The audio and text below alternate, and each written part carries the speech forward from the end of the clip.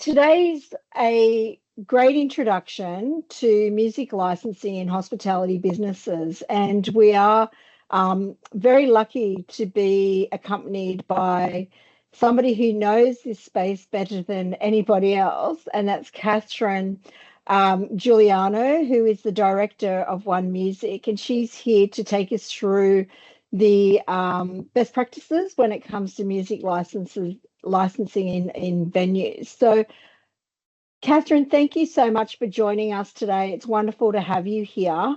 And if it's okay with you, I'm going to let you start the presentation. Welcome, everyone. Thank you. I'm sure I was introduced. I'm Catherine Giuliano. I'm Director of OneMusic Australia. Today, I'm going to be talking to you about music licensing in not only restaurant and cafes, but really music licensing across all businesses that play music in Australia and the world. So it's the same all over the world. But OneMusic represents music played in businesses in Australia. And also there's a OneMusic New Zealand, but we're talking about Australian businesses today. So now I'm hoping that I can control. Oh, yes, good. So what I will be talking to you specifically today is who OneMusic are, why we exist, why we're here. I'm going to talk to you about the benefits and the power of using music, which is a really interesting one because it does impact your brand and the influences human behaviour and customer spend. I'm going to talk to you about how to get a license through OneMusic, and I'm going to talk to you about where the money goes when a license is in place. So license fees, they're known as royalties payments, and where they go in terms of going back to music creators. OneMusic represents music creators in Australia. We encourage people to play local music, but also we represent music or songs and the music creators who created those songs, the worldwide repertoire of all music across the world. So in the Copyright Act, there's a number of rights that... Yes. Oh, sorry, I thought someone's there. Sorry, it's mute. Thank you. You just stay next for me and I'll move the slides across for you. Okay. Are you up to the what is OneMusic slide? I've got why do I need a music license, but I'll go what is OneMusic. Yep. Number 4. 4, please. Thank you. Thank you. Sorry. So OneMusic, so yes. So when a song is created, you've got the composer, and the composer is a member of APRA in Australia, and there's equivalent societies all over the world equivalent to APRA for the composer or songwriter who has written that song. So I'll give you an example. I Can't Get You Out of My Head, just as an example of a song. The main songwriter of that song is a woman called Kathy Dennis. So she's represented in Australia whenever that song is played by APRA. When that song was recorded, it's recorded by Kylie Minogue, who is the recording artist, and she's represented in Australia by PPCA. So there's 2 copyright owners for that song, the composer and the recording artists. So that's why there are 2 organisations.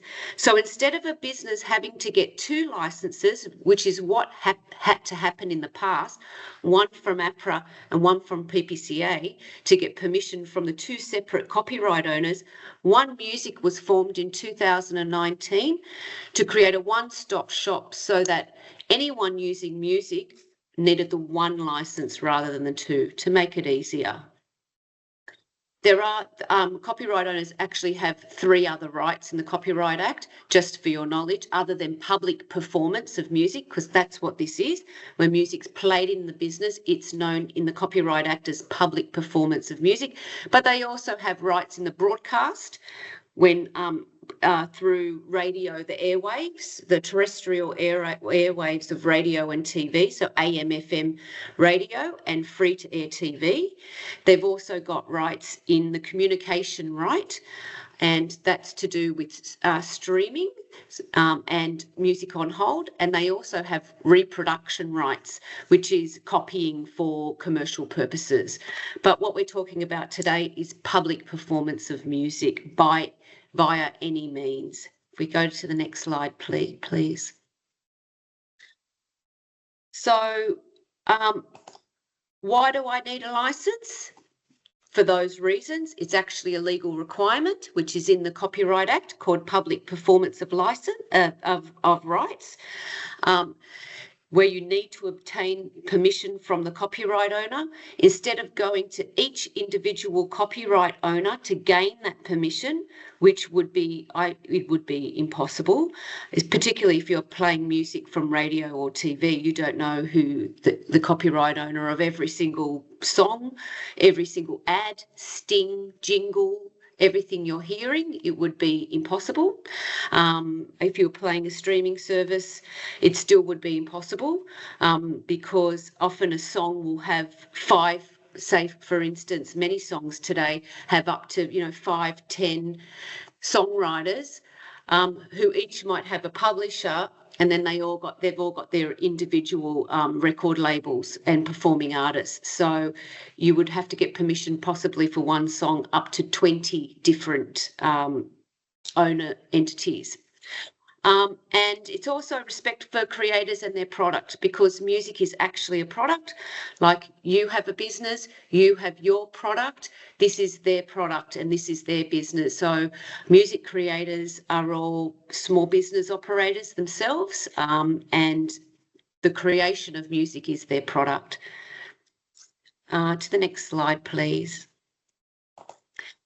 So, does music really matter in bars and restaurants? We say yes, it does. And if we go to the next slide, I'm going to present a few slides here which talks about the next point, which is the power of music. So businesses use music for a reason. They use it to create a vibe. They use it to influence human behaviour. So much research has been done globally in your industry in particular. There is research done in other industries like fitness and a little bit outside of restaurants and cafes, but most of the empirical research has been done in restaurants, and that's really where music plays a big impact.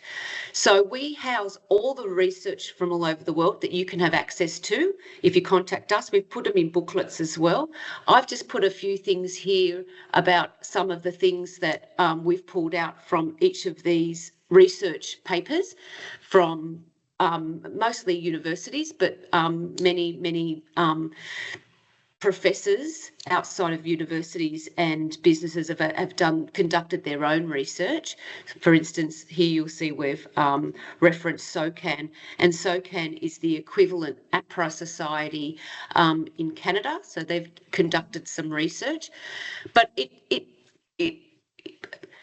depending on the type of music played, depends on how customers respond. And I think you know yourselves as humans that music evokes emotion. Like I think I'd say the majority of people on this planet will have pieces of music that, they can dance to, or they have the breakup song. You have music that brings you back into the past and brings you back to a time in your life and is very nostalgic. There's not many things in life that evokes emotion to such an extent that can actually make you cry. There's the written word can do that, but music is very emotive and can make people do things that subliminally that rationally they might not do. So playing, and there's background music suppliers that are out there that curate music, that are in this business and know exactly how to curate music that is specific to business types. And it happens not only in restaurants, but happens across the board. You probably know, like Coles Radio, that's a background music supplier. They're very specific in the type of music they're playing to keep people in store. So there's three things in terms of thinking about the music you're playing. It's the volume, it's the beats per minute, and it's the genre. Right, you've really got to be really smart and specific about what you're playing, and it's also at certain times of the day. So I just wanted to touch on this because if you could go to the next slide, please, Vanessa. You can have a read of this, and I'll be sending this presentation around so you can just have a quick look yourself. So, for instance, there's it's not on here, but there is, if you have a restaurant or a cafe that's of a certain international cuisine, say it's a French restaurant, if you actually play, and even if it's not a French restaurant, if you played French music in the background, people are more likely to pick a French bottle of wine off the menu. So it goes down to that level. It's even how food tastes. I don't know, Heston Blumenthal went right into it, where he combined sound and taste of flavour. So, you know, the way that auditory sounds come in affects also your taste buds, how things taste.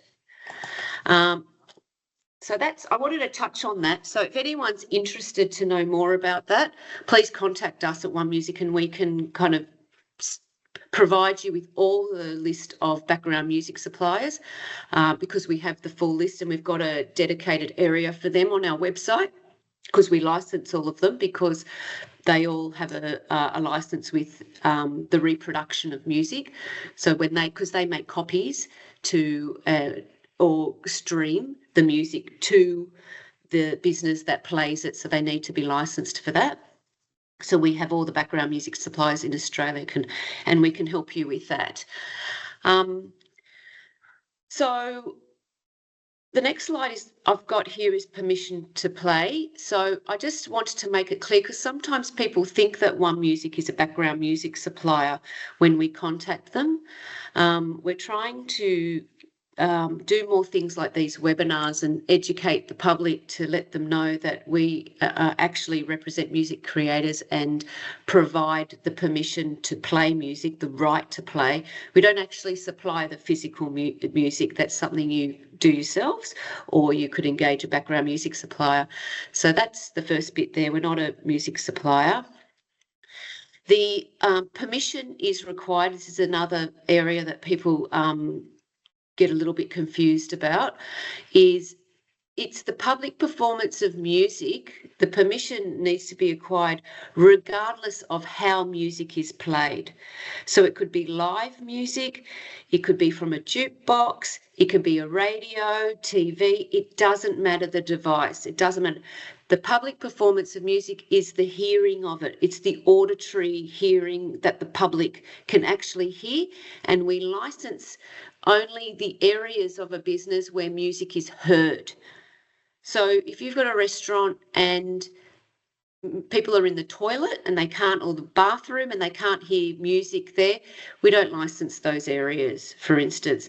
So for the restaurant industry, it's based on seating. So it's the seats in the restaurant and cafe is how that license is how you get that license and how the fee is calculated. Yeah, that's that one. If we could go to the next one, please. How do you get a license? We've got a e-commerce. We used to call it portal, but apparently that's a very outdated term. We have an e-commerce facility that you come into, and that's the front page right there. That's a screenshot of it. It's very quick and easy.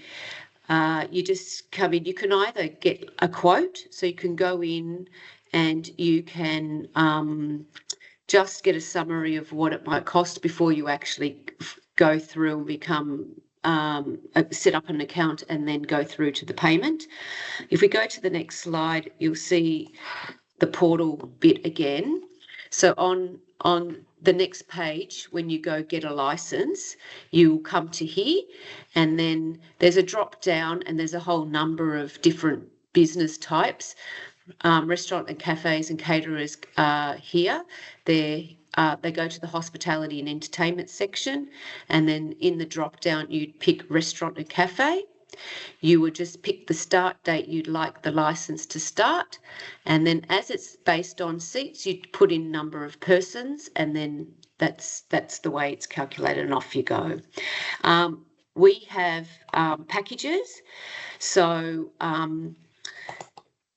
you can pick packages to make it a quicker process, or you can go in and customise, and you would only pick the customisation if you wanted add-ons. And add-ons is if you had music on hold. I don't know, not many people have music on hold these days, but you might have music on hold, or you might have music on your website. So there's a couple of little add-ons, but the packages is just basically playing background music in your business. And it also has, if you want it as an adult in the package, if you do live or you have DJs, which is always a nice point of difference, by the way. If you have live music, if you're in a competitive landscape, it's a nice point of difference for you to try. A lot of businesses are trying that, and they might just have an acoustic in the corner or some live music for dancing. So that does happen, which is really nice to have in a business. Next slide. Next slide is where does the money go? A question that comes up, excellent question. So you get your license fee, you go into OneMusic, you come in, you pay your license. It's an annual license. You can pay monthly or you can pay annually, whatever suits. And we come back to you in the next year and go, has your seating changed? Not, and you just it's a roll-on license agreement. So it actually is a proper license agreement because it's actual permission is granted to do that. So you become a licensee, is what happens once you become, you join up with OneMusic. So where does the money go?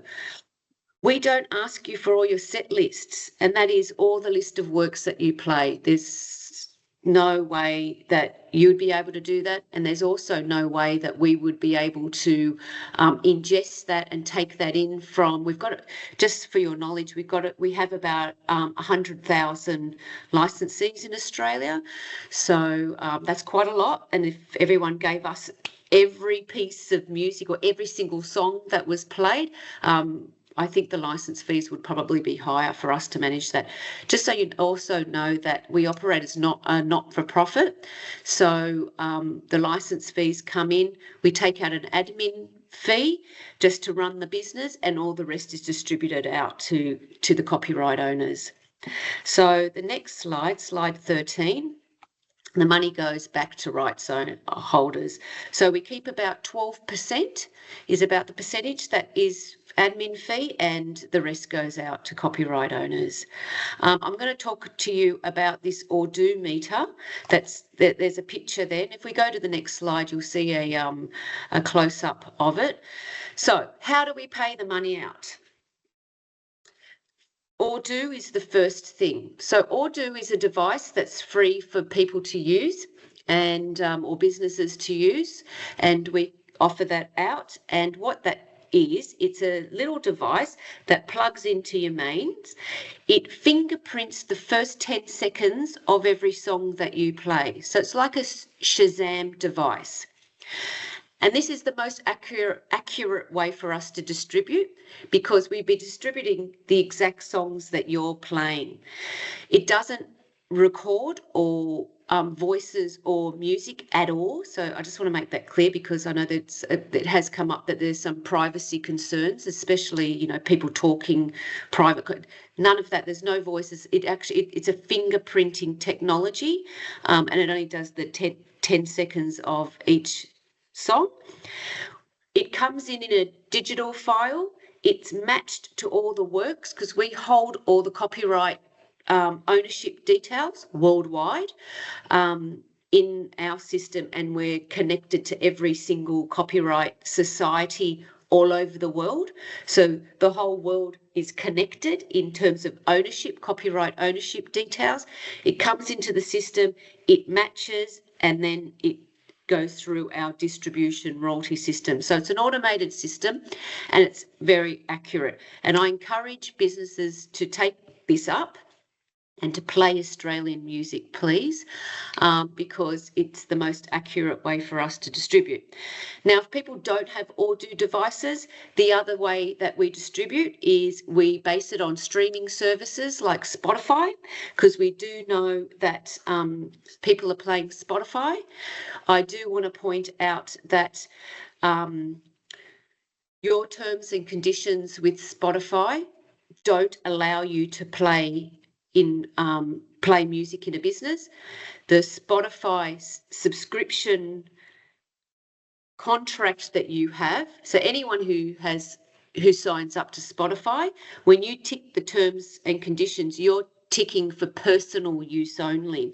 So you're not ticking for business use. So I want to just caveat that, just to say that that's the case. But the fact that you're using, so we're agnostic to the device, right? Because we're licensing the right. We're licensing public performance regardless of any device. So if you're using Spotify, we still put a license in place, and we distribute on Spotify streaming data. So APRA licenses Spotify for that domestic use. We get every single stream in Australia, every single one. And let me tell you, it's millions of streams a month we get. So we get all that. So all the public performance license fees goes into a pool, and then it goes out by it goes out by Spotify streaming data. It also goes out by radio and TV data. We get all radio and TV playlists from every radio station and every TV station. We get it all. So it goes out via that way as well. And we also get reports from our members. So this is APRA. So this is the songwriting side, which is in relation to live music. If someone plays live music in a venue, say a live performer is performing in a restaurant, they'll put in what's called a live performance report to APRA, and they get a payment, direct payment for that public performance license fee that has been paid by the restaurant.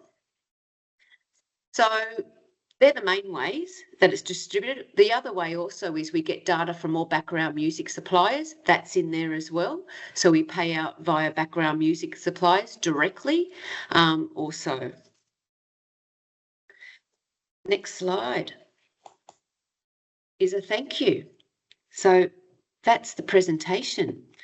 So hopefully that was clear and I haven't confused you more. Copyright can be, music copyright in particular, can be quite complex. Copyright in other art forms is a lot easier because it's usually only reproduction, the copying. So if you think of the written word, it's only copying of that, but with music it can be consumed and used in so many different ways that there's a little bit more complexities in the Copyright Act in relation to it.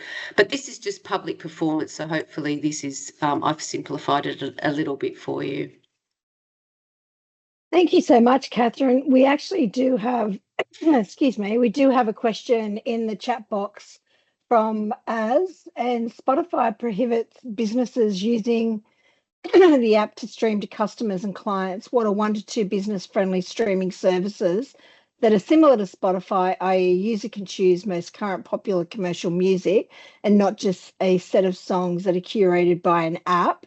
I have found royalty-free music apps and providers are restricting in terms of song selection and specific styles I'm after.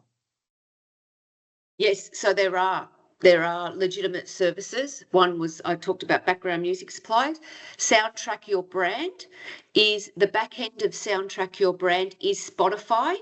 So they work in conjunction with Spotify. So they're called Soundtrack Your Brand. So that's probably one. There's Apple Music for Business is another one. So there are a number, and you can, I guess you can play your music via CDs, old school, and iTunes is one as well. And do you have that on your website in terms Yes. of the links and so forth? Yes, I do. There's all the logos, links, everything. So I can, Charlie, Charlie's I've Charlie's dropped just it in put the it in chat. there. She dropped it in. It's in there. Great. Great. So everyone would be able to access Yeah. the link there to be able to find the information. And I must say there are some wonderful blogs on the OneMusic website as well, if anybody's looking for more case studies and so forth also. Now, does anybody else have any other questions that they'd like to ask Catherine? I'm happy for you just to take yourselves off mute and ask the question rather than trying to type it in as well. Is there any other questions, Catherine, that you come up with that you hear a lot that we perhaps haven't covered in the webinar? Well, often it's where the money goes. It's are you a government organisation? No, we're not. We're not a government organisation. We're a member-based organisation. So we started in 1920. APRA started in 1926 when radio came to Australia. So we're going to be 100 years old next year.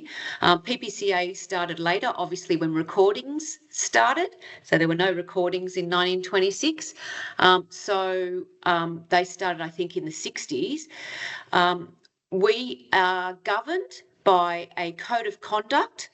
So there's the sort of responsibility of code of conduct with equivalent businesses like ours. So there's a society for authors called the Copyright Agency. They represent the written word, so they books, authors, magazines. There's another society, Viz Copy, which is visual arts. So we all operate under a code of conduct, and also the Copyright Tribunal of Australia is it is a government set tribunal that if we go to the tribunal, or if there's an industry that goes to the tribunal, they set the licence fees. So there have been a number of times that the Copyright Tribunal has set the fees. Otherwise, we consult with industries to get to the right metric and the right rate. So there's two ways and that's the other question, how do you get to your rates and how do you work it out? We work it out with industry to find out the right metric for that industry and also the right price point. But if there's an impasse, there's the Copyright Tribunal to set it in place.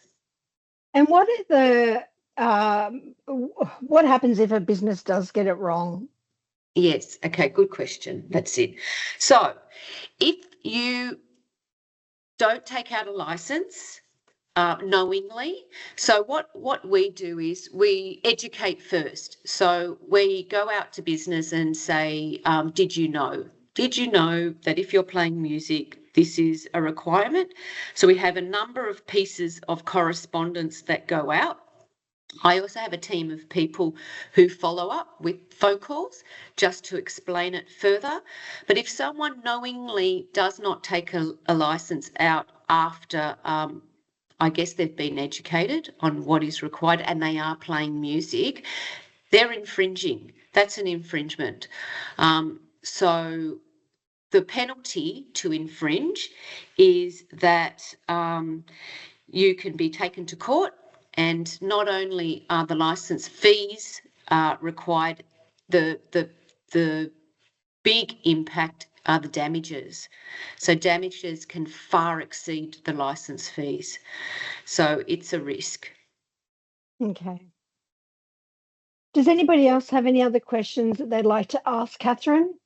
I think it's such an interesting area, and I love the work that you've been doing, you and the team, with the science and music, and sorry, around the whole behavioural, I just the way know. people behave here in venues and so forth. I find that fascinating.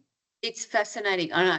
That's my favourite topic because I've Mm, seen all the research, and we actually conducted research ourselves a long time ago. It was African cuisine in Manly. So this was, I've been at One Music first and then APRA for a very long time. So this was probably about 20 years ago. And what we did was we played on each night different. So we did it with genre. So it wasn't the tempo but the tempo comes into it because genre, tempo is specific to a genre. But we played one night, we played no music. Another night we played classical music. And then another night we played, and it was on the same night but on different weeks. So to keep it similar, jazz. And then we got people to fill out a survey and looked at how long they stayed there and how much money they spent. And and no music was the worst. Classical didn't fare very well either. And yeah, the best was jazz. Jazz seems so to be, interesting. as background music, jazz in a lot of the research I've looked at is up there. So yeah, people should. You got to work out your brand because everyone thinks about the decor, the menu, the feel when people come in, but music and the smell, and because you got to. It's the impact on all the senses, right?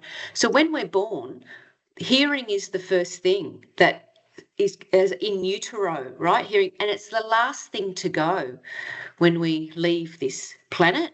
So it's the first thing in and the last thing out. So it's so interesting the impact that it has. Yeah. All right. Well, I think we're just about out of time, but thank you so very much, everybody who's joined us today. I hope that you have a clearer understanding of your obligations and music, requirements within venues and in the public space. And Catherine and team, thank you so much for the preparation and the presentation today. Erica's just written, I'm a TAFE teacher. Thank you so much for all that information. My students are writing business plans for a hospitality business, and they often have questions about OneMusic. Well, that's great. I'm really Right. glad that it's been a timely webinar. I love that. But anyway, well, thank you so much. And everybody have a wonderful, wonderful week. Pleasure. Thank you. Bye. Thank you. Bye.